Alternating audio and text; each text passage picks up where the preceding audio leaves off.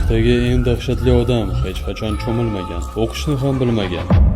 Lekin qandaydir tarzda butun Rossiyani o'z nazoratiga olgan edi. 1900-yillarning boshlarida Rossiya parchalanib borardi. Qirollik oilasi hokimiyatni yo'qotayotgan edi. Shu payt Sibir tomondan bir odam paydo bo'ldi. Yovvoyi ko'zli, iflos dehqon.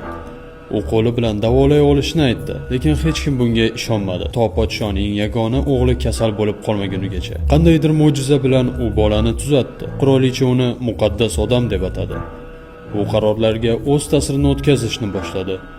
U qirollikdan emas edi, ammo qandaydir tarzda endi Rossiyaning soyasi ortidagi hukmdorga aylandi. Lekin odamlar g'alati narsani payqay boshladi va mish-mishlar tarqaldi.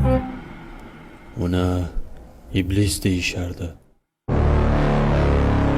Shuning uchun unga tuzoq qo'yishdi. Qirollik kechki ovqat zaharlangan edi. U hammasini yedi, lekin hech narsa bo'lmadi. Boshqa usullarni ham sinab ko'rishdi, lekin u yiqilmadi. U hamma narsadan omon qoldi. Nihoyat uni muzlagan daryoga tashlashdi. Uning ismi Grigoriy Rasputin edi. Rossiya qo'rqqan yagona odam. Yanada qiziq hikoyalarni ko'rish uchun obuna bo'ling.